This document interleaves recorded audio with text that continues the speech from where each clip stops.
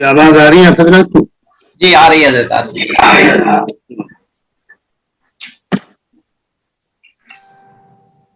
السلام علیکم ورحمۃ اللہ وبرکاتہ. وعلیکم السلام ورحمۃ اللہ وبرکاتہ. الحمد للہ وکفی وسلام علی عباده الذین اصطفى اما بعد. سب سے پہلے تو آپ حضرات سے گزارش ہے کہ یہاں اس علاقے میں جو سائیکلون بہت ہی سیویئر شکل میں آیا ہوا ہے اور اس کی وجہ سے رات سے ہی یہاں الیکٹریسٹی فیل ہے بالکل، اور اس کا اثر نیٹ پر بھی پڑا ہے. دیکھیے اللہ کرے کہ میری کچھ باتیں یا سب باتیں آپ حضرات تک پہنچ. بیت المقدس کی جو تاریخ ہے بہت مختصراً کچھ میں یاد دلانا چاہتا ہوں.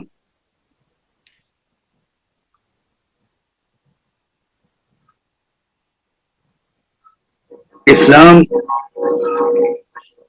انسانیت کی ہمہ جہتی ہر پہلو سے ترقی کے لیے انسانیت کے شفیق پروردگار کی طرف سے اتارے گئے فطری اصولوں کا نام اور ایک مکمل تہذیب، ایک کی بہت ہی کمپلیٹ وے آف لائف اور ایک سویلائزیشن کی حیثیت سے انسانیت تک انسانیت کے شفیق پروردگار کا وہ شفقت بھرا فطری پیغام سب سے پہلے جس ہستی نے پہنچایا تھا وہ تھے ابراہیم علیہ السلام. ان سے پہلے کے جو انبیاء علیہ السلام تھے وہ انسانیت کو تیار کر رہے تھے اس مکمل زندگی کا نظام لینے کے لیے. اور ابراہیم علیہ السلام کو بہت ہی سخت ترین مخالفت کا، دشمنی کا سامنا کرنا پڑا ملک عراق کے ایک ڈکٹیٹر کے ہاتھوں، یہاں تک کہ ان کو دہکتی ہوئی آگ کے الاؤ میں زندہ جلا دینے کے ارادے سے جھونک دیا گیا. ہم سب جانتے ہیں اور یقین رکھتے ہیں کہ اللہ نے ان کو عجیب و غریب قدرت سے اس آگ سے صحیح ساری نکال دی. اس کے بعد اللہ تعالیٰ نے ان کو اس ملک سے نکل کر سرزمین فلسطین میں جا کر بس جانے کا حکم دے دیا. اللہ تعالیٰ نے قرآن مجید میں سورہ انبیاء کی آیت نمبر 71 میں یہ واقعہ ان لفظوں میں بیان فرمایا ہے کہ وَنَجَّيْنَاهُ وَلُوطًا إِلَى الْأَرْضِ الَّتِي بَارَكْنَا فِيهَا لِلْعَالَمِينَ. کہ اللہ فرماتے ہیں کہ ہم نے ابراہیم کو اور ان کے بھتیجے لوط کو اس خطۂ زمین میں بھیج دیا ان ظالموں سے بچا کر، جس خطۂ زمین میں ہم نے پوری دنیا کے لیے برکتیں رکھی ہوئی ہیں.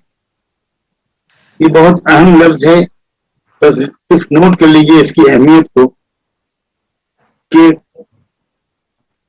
کتنے زمانے پہلے اس زمین کے بارے میں خدا نے یہ لفظ بولا کہ اس میں برکت ہے.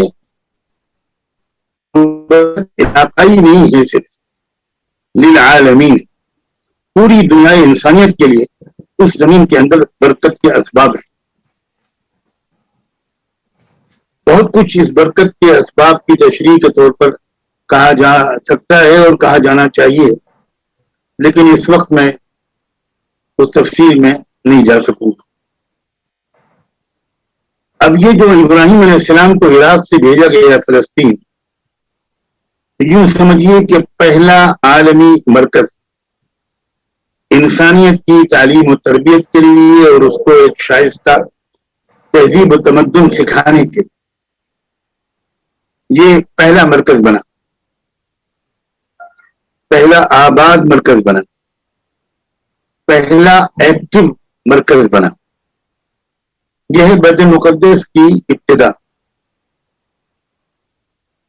اور یہ بھی میں ذکر کر دوں کہ یہی ابراہیم علیہ السلام ہیں کہ ان کے ایک بیٹے اسماعیل کے ذریعے سے مکہ مکرمہ میں ایک اور مرکز قائم ہوا، اور اللہ نے اپنی عجیب و غریب منصوبہ بندی اور پلاننگ کے تحت گویا اس دور میں 2 عالمی مرکز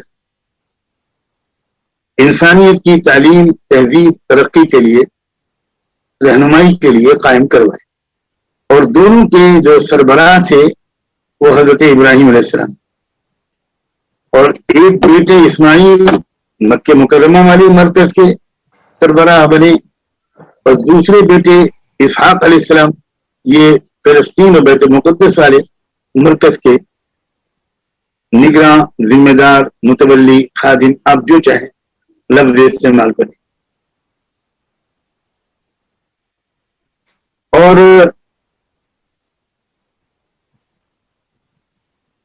اس وقت سے بیت المقدس کی جو تاریخ ہے وہ اس طرح کی ہے کہ بہت عظیم علماء نے جن کی بیت المقدس کی تاریخ پر بہت گہری نظر ہے، انہوں نے اس کے بارے میں ایسی اہم باتیں ارشاد فرمائی ہیں کہ میں سمجھتا ہوں کہ اگر میں کا جو دوسری صدی ہجری ہی میں گزرے ہیں حضرت مقاتل ابن سلیمان، میں ان کا صرف ایک اقتباس پڑھ کر سناؤں. وہ تو عربی میں ہے، میں اس کا اگر ترجمہ کروں تو شاید وقت بچ جائے گا اقتباس سنانے کے بجائے. ان کا یہ کہنا ہے کہ کوئی ایک بالشت بھی سرزمین بیت المقدس میں ایسی جگہ نہیں ہے جس میں کہ کسی نہ کسی نبی نے اللہ کا ذکر نہ کیا ہو، نماز نہ ادا کی. وہی جگہ ہے جہاں بہت سے انبیاء علیہ السلام، جن میں سے کچھ کا انہوں نے نام بھی لیا، انہوں نے انسانیت کی رہنمائی کا کام انجام دیا. حضرت زکریا علیہ السلام کا خاص طور پر ذکر کیا جاتا ہے، جن کا قرآن میں نام لے کر ذکر ہے. حضرت مریم، حضرت عیسیٰ علیہ السلام کی جو والد ماجدہ تھی، عظیم خاتون، جن کو ایک مثالی آئیڈیل خاتون قرار دیا ہے قرآن میں تمام دنیا کی اچھی پاک دامن عورتوں کے لیے، وہ بھی وہیں پیدا ہوئی. ان کے والد ماجد حضرت عمران جو ایک بہت عظیم بزرگ شخصیت، وہ بھی وہیں کے. حضرت مریم کے بیٹے حضرت عیسیٰ علیہ السلام وہ بھی وہیں سے. عیسیٰ علیہ السلام کو آسمانوں پر اٹھایا گیا وہیں سے. اور بھی بہت سی چیزوں کا تذکرہ انہوں نے کیا ہے. یعنی ایک پوری تاریخ ہے، پوری مسلسل بیت المقدس کی ایک عجیب روحانی اہمیت ہے اور تاثیر ہے. میں قصداً 2 لفظ بول رہا ہوں، اہمیت اور تاثیر.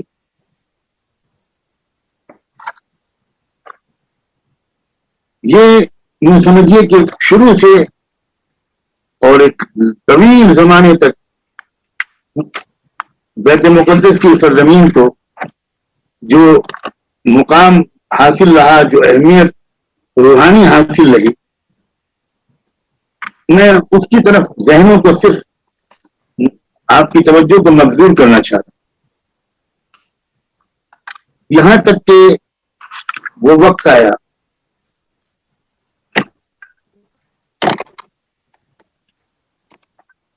جب ایک بات میں ذرا سا ابھی پہلے کہہ دوں کہ بہت بنیادی غلط فہمی دنیا کے اکثر لوگوں کو یہ ہے کہ اسلام اس مذہب کا نام ہے جو محمد الرسول اللہ لے کر آئے. عیسائیت اس مذہب کا نام ہے جو حضرت عیسیٰ علیہ السلام لے کر آئے. یہودیت اس مذہب کا نام ہے جو تورات میں آیا، جو موسیٰ علیہ السلام لے کر آئے. اس غلط فہمی کے جو نقصانات ہیں اور اس کے جو منفی اور نیگیٹو اثرات ہیں، ان پر سچی بات یہ ہے کہ سینکڑوں گھنٹے گفتگو کی جائے تب بھی شاید تمام نقصانات کی وضاحت نہیں کی جا سکتی. یہ دنیا کی قوم کے درمیان جو جنگیں، لڑائیاں، دشمنیاں، عداوتیں اور بدنامیاں، یہ اس کی بہت بڑی وجہ یہی غلط فہمی. اور افسوس یہ ہے کہ اس غلط فہمی کا شکار مسلمانوں کی بھی اچھی خاصی تعداد. میں آج سب سے پہلے اس بات کو واضح کرنا چاہتا ہوں کہ اللہ کی طرف سے انسانوں کی ہر پہلو سے ترقی اور دنیا سے آخرت جو دین اتارا گیا وہ اسلام ہی ہے، اسلام ہی تھا. ہر نبی اسلام ہی لے کر آئے. ابراہیم علیہ السلام نے اپنی اولاد کے لیے اسلام کی دعا مانگی، اپنے لیے اسلام کی دعا مانگی. مسلمین لکا، اللہ ہم کو مسلم بنا دیجیے، مجھے اور میری اولاد کو مسلم بنا دیجیے. ومن ذریتنا امۃ مسلمۃ لک، اور اللہ ہماری نسلوں سے امت مسلمہ پیدا فرمائے. دین کبھی الگ الگ ہو ہی نہیں سکتا. شریعتوں میں تھوڑا بہت فرق رہا ہے، تفصیلی احکام میں تھوڑا بہت فرق رہا ہے. زکوٰۃ کا نصاب کیا ہوگا یہ اس میں فرق ہو سکتا ہے. روزے کی ٹائمنگ کیا ہوگی اس میں کچھ فرق ہو سکتا ہے. لیکن دین جس چیز کا نام ہے، دین نام ہے بنیادی اصولوں کا. نیکی اور بدی کے جو بنیادی اصول ہیں ان کا نام ہے دین. اور یہ دین تمام انبیاء علیہ السلام ایک ہی دین لے کر آئے. تو بیت المقدس بھی اسلام کا مرکز تھا. تمام نبیوں کے زمانے میں جو بیت المقدس میں آئے، عیسیٰ علیہ السلام اسلام ہی کو لے کر آئے، موسیٰ علیہ السلام اسلام ہی کو لے کر آئے. حضرت سلیمان، حضرت داؤد کا دین اسلام ہی تھا. اس کے ثبوت بہت موجود ہیں قرآن میں بھی اور تاریخ میں بھی. لیکن میں اب اس وقت کی کمی کی وجہ سے صرف یہ اشارہ کر سکتا ہوں کہ اس کے بہت ثبوت موجود ہیں.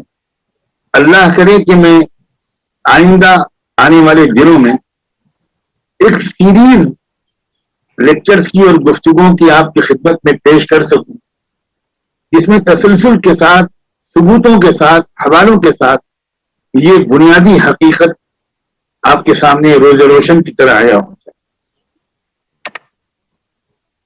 میں درمیان کے بہت سے واقعات جن کا تعلق بیت المقدس سے ہے اور وہاں کیے جانے والے دعوتی اور اصلاحی کاموں کے سے ہے، کی تاریخ سے ہے، ان کو میں حذف کرتا ہوں وقت کی کمی کی وجہ سے، اور سیدھے پہنچتا ہوں اس دور کے تذکرے کی طرف جبکہ اسلام کو ایک پرفیکٹ شکل میں تمام ڈسٹورشن سے اس کو صاف کر کے جو کمیاں، زیادتیاں اسلام میں ہوتی رہیں مختلف زمانوں میں، ان سب کو الگ تھلگ کر کے پرفیکٹ شکل میں اور کمپلیٹ شکل میں قیامت تک کے لیے لے کر آئے آخری رسول نبی محمد الرسول اللہ. اور چونکہ وہ تمام دنیا کے لیے آئے تھے، بنو اسماعیل کے لیے بھی آئے تھے، بنو اسرائیل کے لیے بھی آئے تھے. اب اس کی کوئی ضرورت نہیں رہ گئی تھی کہ حضرت ابراہیم علیہ السلام کی اس نسل میں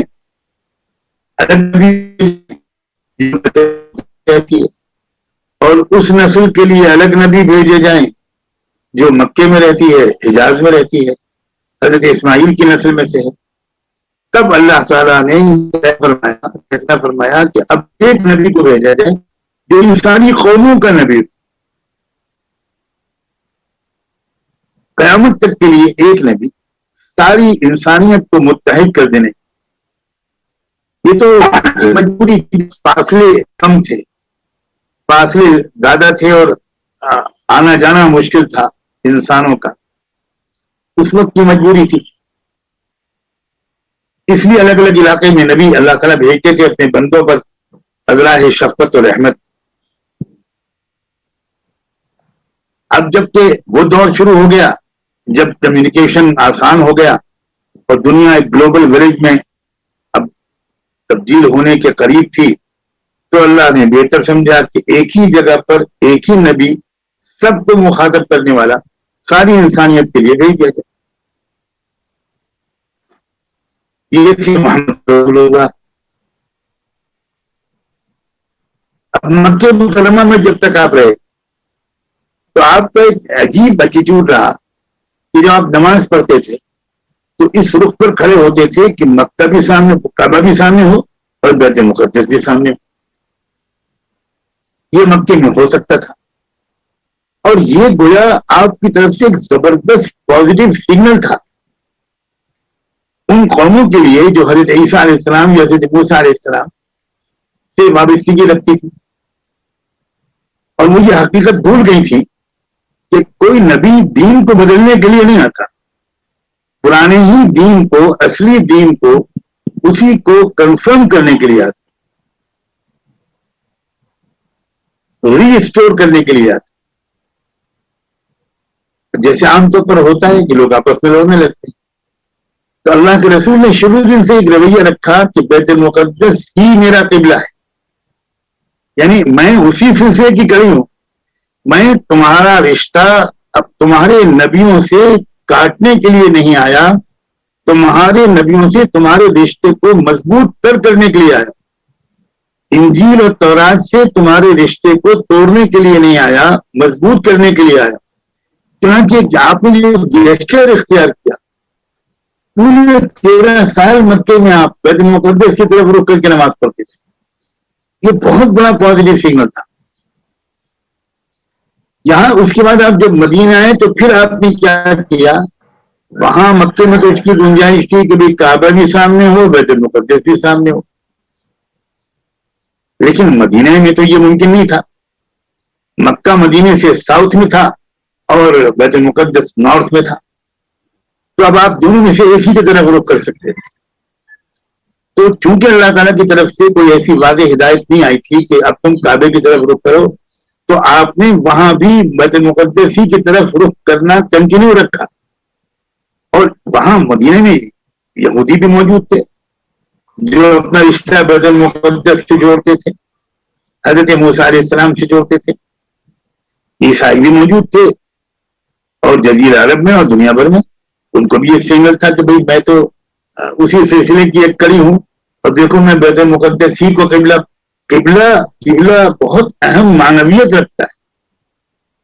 خالی وہ نماز کے رخ کا مسئلہ نہیں ہے،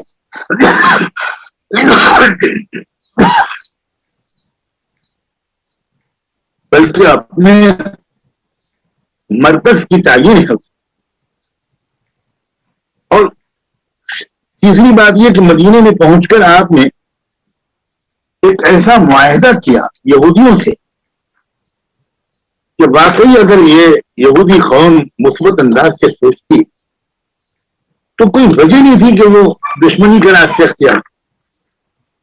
آپ نے سنا ہوگا کہ میثاق مدینہ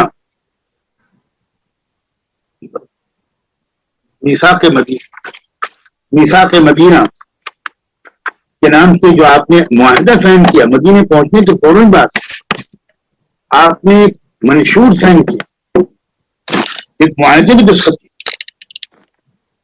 یہودیوں کے ساتھ. ایک معاہدہ بڑا زبردست کیا آپ نے. اس معاہدے کے 54 دفعات ہیں، میں 4-5 دفعات آپ کو سناتا ہوں. پہلی دفعہ اس معاہدے کی یہ ہے کہ مدینے میں رہتے ہوئے یہودیوں کو مکمل مذہبی آزادی ہوگی. دوسری دفعہ یہ ہے کہ کوئی بھی کسی کو بھی قتل کرے گا اس کو سزا ملے گی.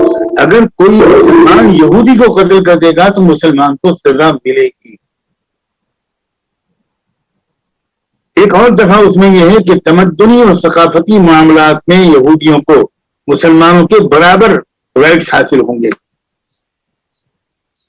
ایک اور دفعہ اس میں یہ ہے کہ یہودی اور مسلمان ایک دوسرے کے حلیف اور الائی ہوں گے, اور کسی سے بھی لڑائی ہوگی تو دونوں ایک دوسرے کا ساتھ دیں گے. اگر کوئی یہودیوں سے جنگ چھیڑے گا تو مسلمان یہودیوں کا ساتھ دیں گے, ڈیفینڈ کریں گے,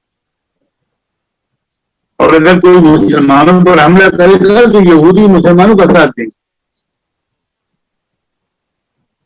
اس طرح کی دفعات, یعنی آپ کی کوشش تھی کہ کسی طرح یہ لوگ, یہ جو ان کی نیگیٹو سوچ ہے, دشمنی کی غلط فہمی, یہ ختم ہو, قریب تو آئیں. جب قریب آئیں گے, ساتھ میں بیٹھیں گے تو بار بار یہ سنیں گے کہ حضور اکرم صلی اللہ علیہ وسلم بار بار تذکرہ کرتے ہیں حضرت موسیٰ علیہ السلام. قرآن مجید بار بار تذکرہ کرتا ہے موسیٰ علیہ السلام. آپ سوچئے مدینے میں پہنچ کر جو سورت اتری, جو دو صورتیں اتری, بقرہ اور آل عمران. سورت بقرہ میں یہودیوں ہی کو خطاب کیا گیا, انہیں کو قریب کرنے کی کوشش کی گئی. تو خدا کے بندو سمجھو, میں تو اسی سلسلے کی ایک کڑی ہوں جس سلسلے کے تم پہلے سے قائل چلے آ رہے ہو. آل عمران میں عیسائیوں کو مخاطب کیا گیا, سورہ بقرہ میں یہودیوں کو خطاب کیا گیا, اور یہاں تک کہہ دیا گیا کہ بھائی جو ہمارے تمہارے درمیان ایک بالکل قدر مشترک ہے, آؤ اس پر متفق ہو جاؤ. یعنی یہ میں بیک گراؤنڈ بیان کر رہا ہوں کہ کتنی کوشش کی ہے محمد رسول اللہ صلی اللہ علیہ وآلہ وسلم کہ کسی طرح یہ یہودیوں کی سمجھ میں بات آئے, یہ نہ سمجھیں کہ موسیٰ علیہ السلام الگ نبی, الگ دین لے کر آئے اور عیسیٰ علیہ السلام الگ دین لے کر آئے. یہ غلط فہمی. اور بار بار قرآن نے اس کو سمجھایا کہ شرع لکم من الدین ما وصى به الى آخر الآیہ, کہ لوگوں تمہارے لیے وہی دین آیا ہے جو اللہ نے نوح کو دیا تھا, موسیٰ کو دیا, عیسیٰ کو دیا اور تمام نبیوں کو دیا. بہرحال یہ میثاق مدینہ ایک ایسا گولڈن چانس تھا کہ اس سے پھر یہودی انڈرسٹینڈنگ پر آتے, پازیٹیو اپروچ اپناتے اور کہتے کہ جب آپ اسی دین کو کنفرم کرنے کے لیے آئے ہیں تو ہمیں کیا اختلاف ہوگا. یہ مگر افسوس, بہت افسوس کہ عام طور پر یہ حقیقت شیطان خدا جانے کس طرح لوگوں کے ذہنوں سے الجھن رکھنے میں کامیاب ہوتا ہے. ساری دنیا کے سارے مذاہب ایک ہیں یہ میں نہیں کہہ رہا, یہ تو بالکل غلط ہے. کیسے ہو سکتا ہے؟ ایک مذہب کہتا ہے کہ 3 کروڑ تمہارے دیوتا ہے, ایک مذہب کہتا ہے کہ ایک خدا کے سوا کوئی نہیں ہے. کیسے دونوں ایک ہو سکتے؟ ہرگز نہیں. میں یہ کہہ رہا ہوں کہ خدا کی طرف سے انسانوں کو مختلف نبیوں کے ذریعے بھیجا گیا دین ہمیشہ سے ایک رہا ہے, اور یہ وہ بنیاد ہے کہ جس کو اس وقت بہت زیادہ مضبوطی سے سمجھنے کی ضرورت ہے. یہ ایک راستہ کھولتی ہے دوسری قوموں کے ساتھ مکالمے کا, ڈائیلاگ کا, دعوت کا, اور ہمارے اندر بھی گہری سمجھ پیدا کرتی. اللہ اکبر. اب جب میں نے یہ بات آپ کے سامنے رکھی کہ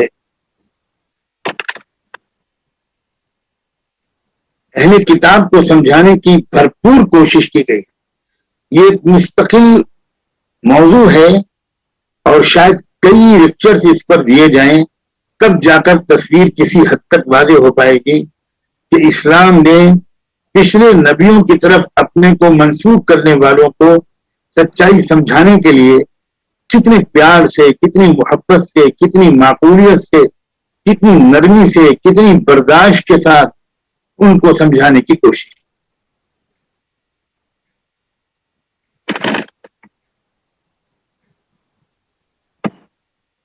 یہاں تک کہ افسوس یہ ہے کہ یہ ساری کوششوں کا جواب بہت ہی نیگیٹو ملا. ایسا نیگیٹو ملا کہ یہودیوں نے طے کر لیا کہ ایڑی چوٹی کا زور لگانا ہے محمد کی مخالفت. بڑا ان کا ایک کمانڈر, بہت بڑے لیڈر تھا یہودیوں کا, حی ابن اخطب, مدینے میں. تو ایک لمبا قصہ ہے. اس نے اور اس کے بھائی نے پوری تحقیق کر کے یہ اطمینان کر لینے کے بعد کہ محمد واقعی سچے رسول لگتے ہیں، یہ اطمینان کر لینے کا، اور یہ وہی رسول ہیں جن کا ہماری کتابوں میں تذکرہ، اس کے باوجود وہ جو ریسزم ہوتا ہے، نسلی عصبیت اور دشمنی، فرقہ پرستی، وہ بہت خطرناک چیز ہے۔ یہ جان لینے کے بعد بھی کہ محمد سچی باتیں کہہ رہے ہیں، یہ فیصلہ کر لیا کہ ہم کو تو مرتے دم تک دشمنی کا رویہ رکھنا ہے۔ اب وہ کیسا نامبارک لمحہ تھا کہ جس نے پوری قوم کو بڑی بہترین نعمت سے محروم کر دیا۔ اب یہ اس کے بعد نہ صرف یہ ہوا بلکہ پھر وہ عیسائی طاقتوں نے، جو بہت بڑی رومن امپائر تھی، اس نے سازشیں شروع کی مدینے کے خلاف، اہل اسلام کے خلاف، اور اللہ کے رسول صلی اللہ علیہ وسلم نے اپنی زندگی ہی میں تبوک تشریف لے جا کر ایک زبردست پیغام بھی دے دیا۔ جو گفتگویں ہوئیں ہرکیولس کے دربار میں، وہ سب میں اس وقت ان کا تذکرہ نہیں کر پاؤں گا کہ کتنا یقین تھا اس رومن بادشاہ کو کہ محمد نبی برحق ہے۔ اس کے باوجود وہی پولیٹیکل مصلحتیں اور غرور، تکبر، ایروگینس، کمنڈ، نسل پرستی، نسلی غرور، فیصلہ یہی کیا کہ ہم کو تو محمد کو کی مخالفت کرنی۔ چنانچہ حضرت صدیق اکبر رضی اللہ عنہ نے اللہ کے رسول کی منشا کو اپنی آخری زندگی میں، حضور کی جو منشا تھی اور جو آپ کی توجہ تھی، یہ رومن امپائر کے اندر کروڑوں جو انسان بستے ہیں، ان کو آزادانہ فیصلہ کرنے کا موقع ملے، اور وہ جو وہاں کی حکومت کا ایک دباؤ ہے، جبر ہے، اس سے نکلیں وہ لوگ۔ اسی کو سمجھتے ہوئے حضرت صدیق اکبر نے باقاعدہ رومن امپائر سے بات چیت کرنے، اور نہ مانے تو عوام سے بات چیت کرنے کی مہلت نہیں دیتے، وہ تو طاقت کے ذریعے سے حکومتوں کو راستے سے ہٹانے کی ارادے سے صحابہ کرام کے لشکر کی لشکر حضرت صدیق اکبر نے بھیجے۔ لمبی تاریخ ہے ان لشکروں۔ میں چاہتا ہوں اگر علماء سن رہے ہیں اور یقیناً کونسل کے پروگرام میں علماء اور مساجد سن رہے ہوں، تو میں آپ سے گزارش کرتا ہوں کہ خدا کے لیے حضرت صدیق اکبر کی ان مہموں کا اور حضرت عمر فاروق کی ان اقدامات کا مطالعہ کر لیجئے۔ اگر کئی کتابیں آپ تفصیلی نہیں پڑھ سکتے تو صرف علامہ شبلی کی الفاروق پڑھیں۔ حضرت صدیق اکبر کے دور ہی میں جو ملک شام کے مختلف صوبے تھے، ان صوبوں میں الگ الگ صحابہ کرام کے ساتھ گویا لشکر گئے، اور بڑے کامیابیاں ان کو ملی بڑی زبردست قربانیوں کے بعد۔ انہی صوبوں میں ایک صوبہ فلسطین بھی تھا۔ یہاں حضرت عمر فاروق کے زمانے میں گویا جس کی باری آئی۔ اب جب صحابہ کرام مختلف علاقوں کو فتح کر کے فلسطین پہ پہنچے، بیت المقدس پہ پہنچے، تو یہ عیسائیوں کا مرکز تھا، اور انہوں نے کیا کیا، پہلے تو اپنے کو قلعے میں بند کر لیا اور قلعے کے اندر سے مقابلہ کرنے کی کوشش کی، لیکن کچھ دن مقابلے کے بعد وہ یہ سمجھ گئے کہ ہم کر نہیں پائیں گے مقابلہ۔ انہوں نے اپنے پادریوں سے مشورے بھی کیے، بڑی لمبی اس کی دلچسپ تاریخ ہے۔ پادریوں نے مذہبی اور روحانی طور پر غور و فکر کر کے یہ مشورہ دیا کہ شکست یقینی ہے، وہ وقت آ گیا ہے، اس لیے اب آپ مسلمانوں کے ہاتھ بیت المقدس کو حوالے کر دیں۔ بس اتنا آپ کیجئے کہ آپ یہ اس پر اصرار کیجئے کہ مسلمانوں کے جو خلیفہ اور حکمراں ہیں امیر المؤمنین عمر فاروق، وہ خود مدینے سے آئیں اور ان کو بیت المقدس کی چابیاں دیجئے، اس لیے کہ یہ بیت المقدس یہ عام جگہ نہیں۔ چنانچہ یہ پیغام جب حضرت عمر کو ملا، حضرت عمر نے مشورہ کیا اور سیدنا علی رضی اللہ تعالیٰ عنہ پر زور تائید کہا کہ بالکل آپ کو جانا چاہیے، آپ ضرور تشریف لے جائیں۔ کچھ اور صحابہ کو تردد تھا، انہوں نے کہا کہ اب عیسائیوں کی طاقت ٹوٹ چکی ہے، اب ان کے مطالبے کو ماننے کی ضرورت نہیں ہے۔ لیکن حضرت علی کی رائے پر حضرت عمر نے فیصلہ فرمایا اور وہ خود تشریف لے گئے. کچھ مہاجرین اور کچھ انصار کی ایک جماعت آپ کے ساتھ تھی. کیسا عجیب سفر ہوا. کاش کے وقت ہوتا تو میں اس سفر کے راستے کے دو ایک مناظر جو مورخین نے درج کیے ہیں وہ بھی میں آپ کی خدمت میں پیش کروں. اب جب وہاں پہنچے اور وہ گفتگو ہوئی تو آپ کو خاص طور پر یہ بات بتانا چاہتا ہوں گفتگو کی اور تفصیلات کے بجائے کہ جو معاہدہ ہوا، ایک معاہدہ باقاعدہ حضرت عمر نے لکھوایا اور اللہ کا شکر ہے وہ معاہدہ تاریخ کی کتابوں میں بہت محفوظ ہے. اور بالکل کئی کتابوں کو کھنگالنے میں یہ بڑی خوشی ہوئی کہ ایک ہی ٹیکسٹ ہر جگہ ہے، متن کے الفاظ میں کوئی بھی تبدیلی نہیں. وہ معاہدے کا متن تھا بسم اللہ الرحمن الرحیم هذا ما اعطى عبد الله امیر المؤمنین عمر امیر المؤمنین اہل ایلیا من الامان. یہ وہ امان ہے جو خدا کے بندے امیر المؤمنین عمر نے ایلیا یعنی بیت المقدس کے باشندوں کو دی ہے. یہ امان ان کی جان، مال، چرچ، گرجا، صلیب، تندرست اور بیمار اور ان کے تمام مذاہب والوں کے لیے.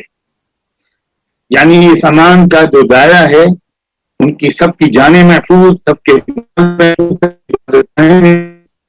اجازت محفوظ، سب کی صلیبیں محفوظ اور سارے انسان محفوظ، جو تندرست ہیں وہ بھی محفوظ، جو بیمار ہیں وہ بھی محفوظ. اور آگے فرمایا وسائر ملتھا، اور ان کی قوم کے تمام افراد کو پوری طرح امان دیا جاتا ہے اور صاف صاف یہ وعدہ کیا جاتا ہے، معاہدہ کیا جاتا ہے انہ لا تسکن کنائسہم، ان کے چرچوں گرجا گھروں میں کوئی بھی رہائش اختیار نہیں کرے گا، کوئی اس پر قبضہ نہیں کرے گا. ولا تہدم، اور وہ ڈیمولش بھی نہیں کیے جائیں گے، منہدم نہیں کیے جائیں گے. ولا ينتقص منها، ان میں کوئی کمی نہیں ہوگی اور کسی طرح ان کا جو خیر ہے یعنی ان کے جو خزانہ، جو آمدنی، جو کچھ بھی ہے وہ پوری طرح محفوظ رکھی جائے گی، انہی لوگوں کے استعمال میں آئے گی، اس پر کوئی قبضہ نہیں کیا جائے گا. اور ان کے گرجوں کی آمدنیوں، صلیبوں اور ان کے مال کو کوئی نقصان نہیں پہنچایا جائے گا. انہیں ان کے دین کے خلاف کسی اور دین کو اختیار کرنے پر مجبور نہیں کیا جائے گا، نہ کسی کو مضرت اور نقصان پہنچایا جائے گا. ان کے ساتھ یعنی بس ایک بات ہے کہ بیت المقدس میں کسی یہودی کو رہنے نہیں دیا جائے. آپ چونک رہے ہوں گے کہ بھئی یہ تو بڑا عجیب قسم کا کھانا، کاش کہ میرے پاس وقت ہوتا تو میں گفتگو سناتا. ہوا یہ تھا کہ عیسائی لوگوں نے، لیڈرشپ نے، عسکری لیڈرشپ نے، فوجی نے، مذہبی لیڈرشپ نے، پادریوں نے، سب لوگوں نے کہا تھا ایک شرط ہے صلح کی کہ یہاں اس مقام پر کسی یہودی کو ٹھہرنے کی اجازت آپ نہیں دیں گے، جیسے ہم نہیں دیتے ویسے آپ بھی نہیں دیں. یہ ان کا مطالبہ تھا. اور روایات تو یہ تک بتاتی ہیں کہ حضرت عمر نے ان کو قائل کرنے کی کوشش کی کہ بھائی آپ اس پر ہم کو مجبور نہ، ہم آپ کے محلے میں آپ کے ساتھ رہنے پر پابندی لگا دیتے ہیں، لیکن یہ کہ یہاں حضرت عمر نے بالآخر یہ کہا کہ ٹھیک ہے آپ کے ساتھ نہیں رہیں گے، الگ بستی ہوگی اور وہ وہاں رہیں گے، ہم ان کے رہنے کی پابندی نہیں لگا سکتے. آج آپ یقین کر سکتے ہیں کہ جو یہودی آج یہ سلوک کر رہے ہیں، اور وہ سب یہودی نہیں کر رہے ہیں، میں یہ بھی کہنا چاہتا ہوں، تو جو صہیونی یہودی کر رہے ہیں ان کے آباء و اجداد کے ساتھ یہ سلوک حضرت عمر نے کیا تھا اور یہی سلوک پوری تاریخ میں جاری رہا. مجھے چونکہ اب بات کو ختم کرنا ہے، اصل بات تو کچھ اور ہی ہے جو میں کہنا چاہتا ہوں. وہ بالکل صاف یہ ہے کہ یقین رکھیے اس بات کہ اسلام کے پورے دور میں، پوری تاریخ میں تمام خلفاء، تمام حکومتوں، خلافت راشدہ، بنو امیہ، بنو عباس، سلجوقیوں نے، عثمانیوں نے، سب نے حضرت عمر کے اسی وعدے کو نبھایا اور اسی پر عمل کیا. یہی طریقہ تھا اور یہی پرانا طریقہ تھا. پوری دنیا میں کوئی جھگڑا نہیں ہو رہا، سب آرام سے رہ رہے تھے، کبھی کوئی جنگ یہودیوں کے ساتھ نہیں ہوئی. لیکن افسوس کہ ایک شخص نے سب سے پہلے ایک خیانت کی. مصر کا ایک حکمراں تھا محمد علی پاشا، اس نے سب سے پہلے اس معاہدے کی خلاف ورزی کرتے ہوئے اس نے وہ ایک خرید لیا گیا، ایسا اشارے ملتے ہیں ریسرچ جو پیپرز ہیں ان میں، اور وہ کچھ پیسہ لے کر اس نے 10 یہودی خاندانوں کو بیت المقدس میں رہنے کی اجازت دی، رہنے کی، آنے جانے کی نہیں، آنے جانے کی اجازت تو تھی، 1 مہینے تک رک سکتے تھے، اس سے زیادہ نہیں رک سکتے، لیکن علی پاشا نے یہ پابندی ہٹا دی، اور 10 خان، اور یہی جو بنیاد ہے وہ 10 خاندان اس ساری مصیبت اور فساد کے جو پوری آج تک چل رہا ہے۔ بہرحال اس کے بعد پھر ایک جو دور آئے، آپ ابھی مختلف مقررین سے سن چکے ہیں کہ کیا ہوا پھر اس کے بعد 18ویں صدی کے آخر میں یا 19ویں صدی کے شروع میں کس طرح ایک چند یہودی لیڈروں اور سرمایہ داروں نے تحریک شروع کی صہیونیت یا زیونن کے نام سے، اور کس طرح ہم یورپ اور امریکہ، پہلے یورپ، برطانیہ سب سے پہلے، جب تک دجال کا مسکن برطانیہ تھا، میں جانتا ہوں یہ جملہ جو ہے بہت تشریح طلب ہے، تو میں آپ کے اندر پیاس بھی پیدا کرنا چاہتا ہوں کہ دجال کا ایک اسٹیشن بہت زمانے تک برطانیہ رہا، اس کے بعد ایک وقت آیا کہ دجال کا اسٹیشن امریکہ منتقل ہوا، اور شاید برطانیہ ہی وہ جزیرہ تھا جہاں ایک عظیم صحابی تمیم داری کی ملاقات براہ راست دجال سے ہوئی تھی۔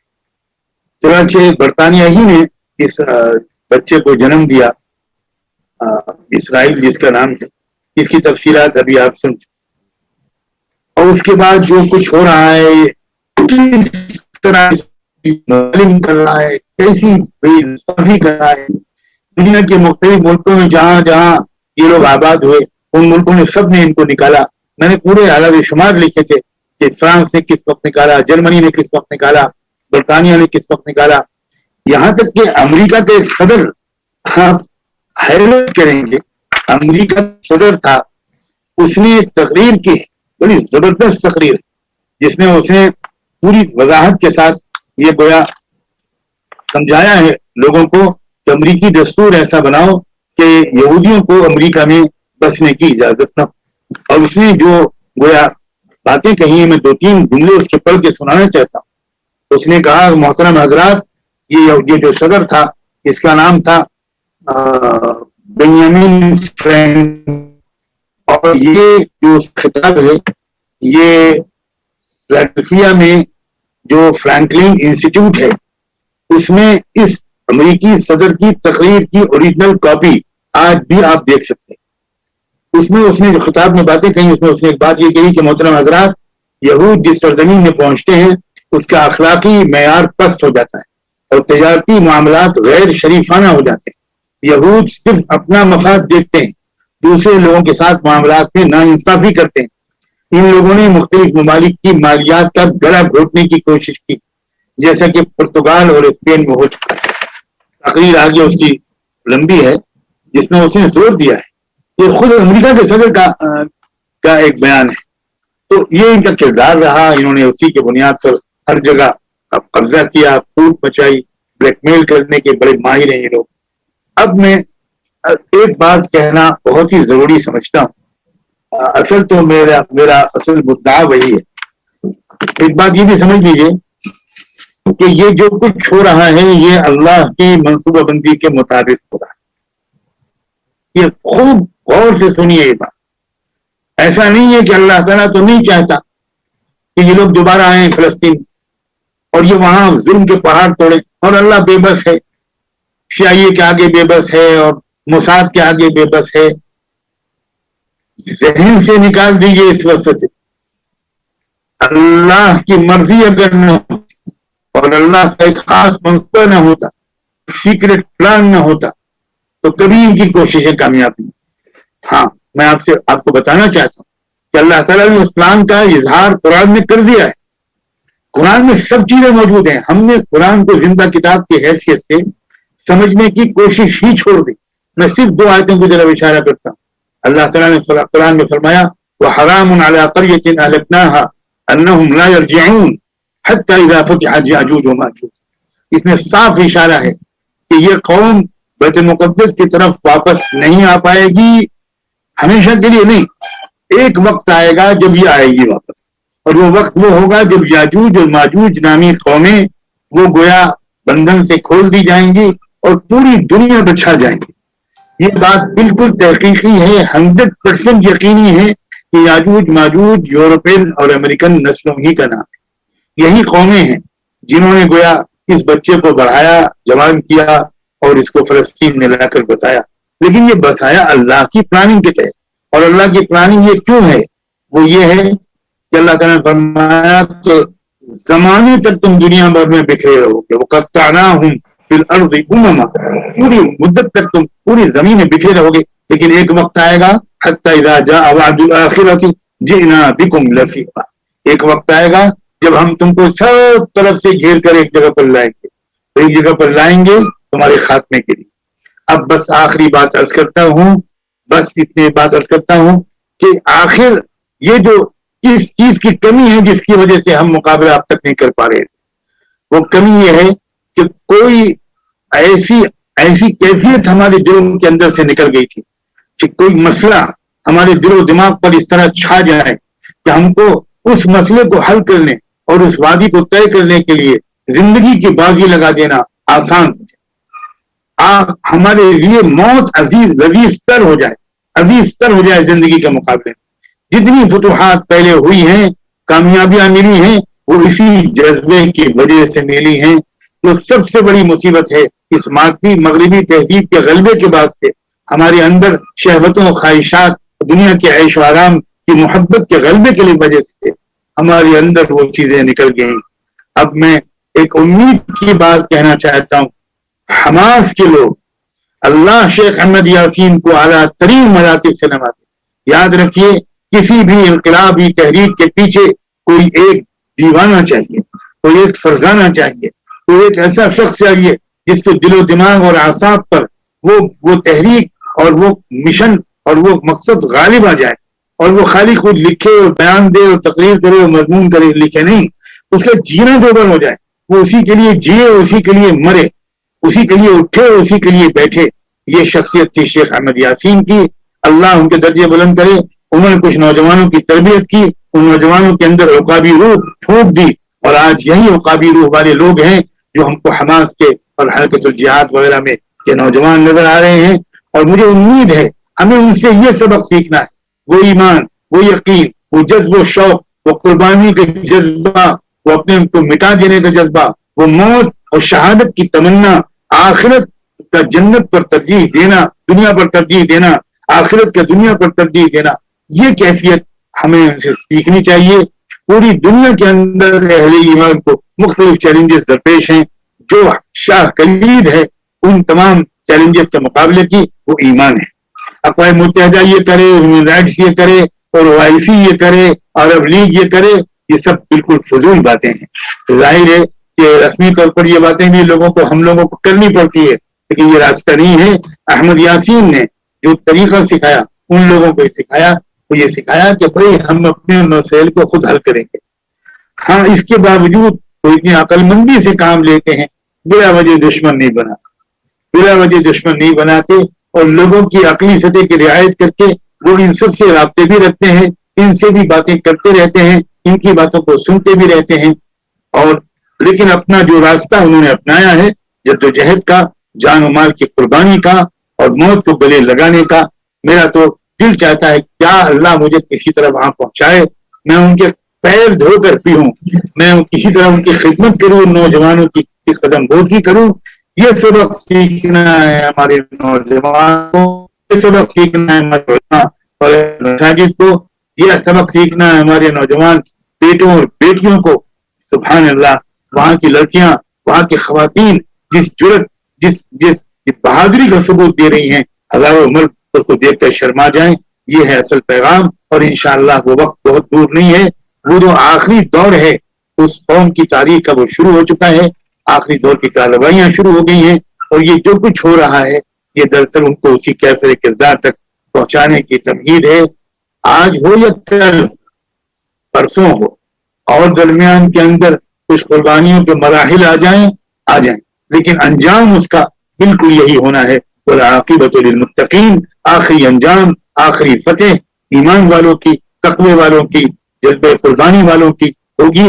اور اللہ کرے ہم سب کی طرف سے سلام پہنچے ان تمام قائدین کو بھی، ان کے نوجوانوں کو بھی، اور امام کونسل والوں کا بہت شکریہ کہ انہوں نے یہ بزم سجائی.